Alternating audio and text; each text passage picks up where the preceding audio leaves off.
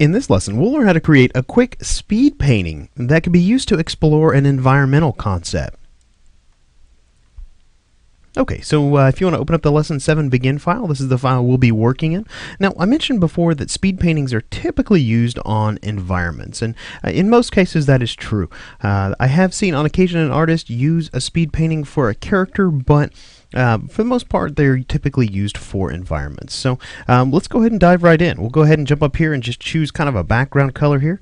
Notice that I'm not starting with any kind of a sketch at all. So I'm just simply going to choose a nice color and hit Alt Backspace to kind of fill my background with this. Now this is immediately setting the tone here because I've chosen a middle value cool color for the environment. So let's go ahead and choose another color here. I'm going to go ahead and choose a darker color for my foreground areas. So maybe it's something that has a little bit more of a green tint to it, and a little darker, a little more saturated maybe. Maybe not real saturated, but we'll come in here and I'm just going to start breaking this down into layers. Typically you would do this all onto one layer, but I think that for the purpose of this lesson, we'll go ahead and just do it all in one. So we're going to scroll down here and grab a little bit different brush than we've typically been using. I'm going to come in and grab maybe one of these chalk-like brushes here. So we get something like that. Go a little bit darker than that. There we go, and we'll just kind of start blocking in some forms here. I want a little less saturation on that. There we go. So we're going to come in and block in sort of the foreground area. Now thinking again kind of about silhouettes as I'm doing this. So maybe we've got some kind of cavernous area here that we're going to be painting. Maybe it's got some kind of a lava river running through it, something like that. So that's kind of my thought with this. So we'll come in and kind of draw some silhouettes of some mountains here. And might come in and just grab my eraser and set it to one of those brushes as well. So I can come in and just kind of knock that back. Now this particular brush, actually I had the opacity down, I apologize. I thought that was in the brush dynamics, but this is very similar to the silhouetting we did with the mech in the last lesson. Thinking about kind of what the silhouette of this area would look like. So when it comes to areas behind this, let me just go ahead and control click the new layer button, and we'll go ahead and jump in here. And oftentimes I'll choose my color by holding Alt and Shift and right clicking to bring up this little widget. So maybe we'll go a little less saturated, a little lighter in color, not quite that light, and a little too saturated even yet. There we go.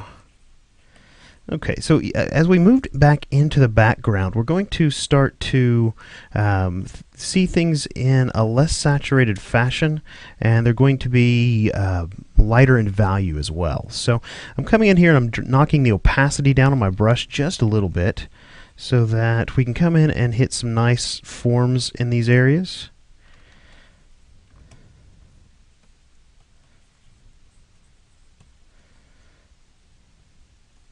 We do something like that, and we'll even take it another step further and may not need this particular layer because we're going to kind of fog this up a little bit. So coming in here and just drawing in some sort of abstract shapes to represent maybe kind of a cavernous area, mountains, things of that nature.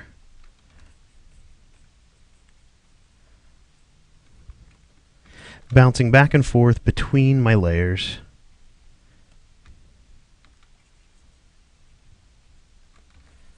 Get rid of that little chunk.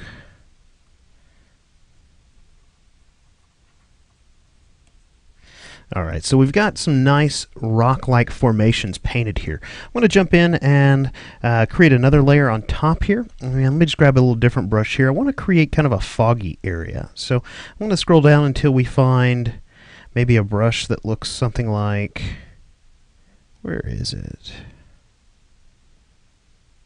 There we go, something like that. These are the default Photoshop brushes, by the way. And I'll right click to bring the size of that up. Now this brush is a little different. I think it has a color dynamic applied, so we'll want to turn that off by clicking on the brush panel, jumping up here and clicking off the color dynamics, and I want to come in and choose a nice light desaturated kind of a fog color. And let's see what that looks like. That's still a little bit saturated. And we'll just come in and I'm going to drop the opacity to something really low, like 30% here. And you may notice that my mouse cursor is jittering around. That's because the tilt of my stylus on my tablet is affecting the way this brush reacts. So we'll come in here and we'll just start to kind of layer in some fog here. Now we're layering it in pretty dense. I want to kind of peel some of that back between the eraser and the layer opacity here. So we'll go ahead and grab our eraser with the keyboard shortcut E and set it to the same brush. It doesn't really matter about the color dynamic for the eraser since it's not dropping pigment down, but I do want to drop the opacity of this down. So we'll set that at about 30% as well. I mentioned that this particular technique for sketching a concept requires a little bit more in-depth knowledge of Photoshop, if you will. So I'm working relatively quickly here, but if I wasn't recording this, I'd be working probably a lot faster in doing this. So now let's come over here and grab maybe the midground and background layers here. I want to lower those down some. Use my move tool and kind of pull those down just a bit. Alright, great. So that's looking pretty good. Now, let's go ahead and jump back over here to the foreground and begin to maybe come in. Well, let's try and use this brush that we use for the clouds. See if that reacts like. So I want to come in and start to, actually, you know what? I'm going to change my mind. Let's go ahead and jump over to this brush. And I'm going to stick with it at about this opacity. And let's go ahead and sample maybe that color right there and see if we can't start to kind of define a little path here. And I'm already not liking the perfect roundness of that brush, so I'm going to step back. I want to get a little better brush here. Maybe something like that. Something that has a little bit more of a grain to it. Now that's the last thing you want to do. Let me just redo that here. See how I drug my brush across several times? With a low opacity brush, like 33%, you're going to get this weird layering of your strokes. And unless that's what you're intending to get, then it's probably not a good thing. Let's just, I think that something that helps a lot too when you're doing this type of painting is to zoom out. I want that to be even lower opacity. Let's go with about 20%. You can change those with the numbers over your keyboard. Kind of just illuminating a path here.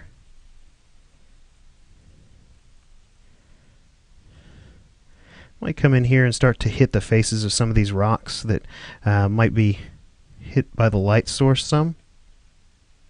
Assuming the light source is back behind the fog here. Alright, that's looking pretty good. I'm starting to feel that. Now let's come in here maybe even with a darker color. I'm going to Alt-click on that dark value and drop the brightness down.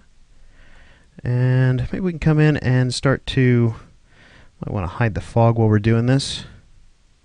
Start to kind of hit some shadowed areas here.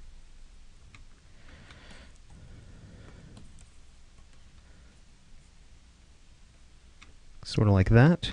I'm just adjusting the size of my brush as needed.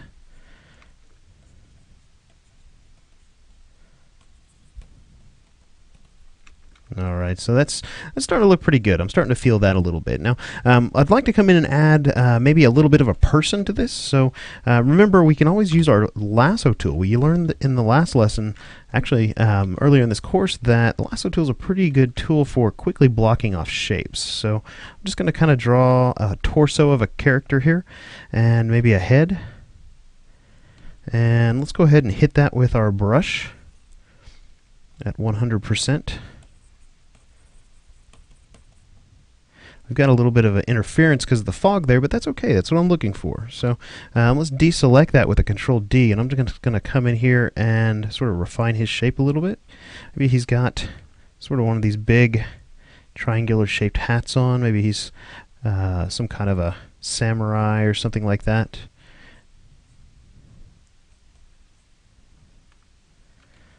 And we can come in and always just sample some of the area around if we need to.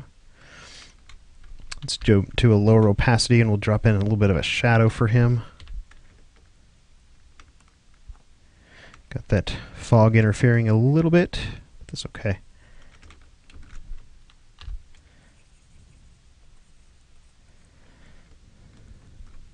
And we'll come in and maybe he's got sort of a staff.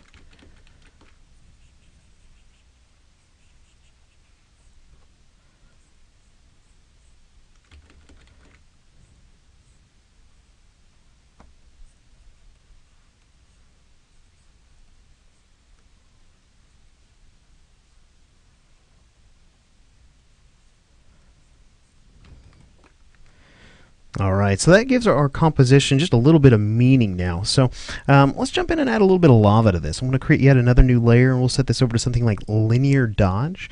Now, linear dodge is something you really want to be careful with, so it's pretty powerful. But let's go ahead and grab our polygonal lasso tool.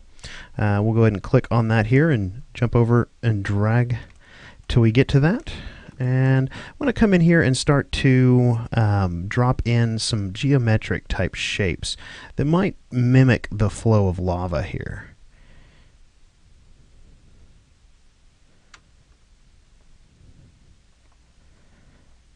And we may want to come in here and do a bit more near the top. Maybe it's kind of rolling down this mountain.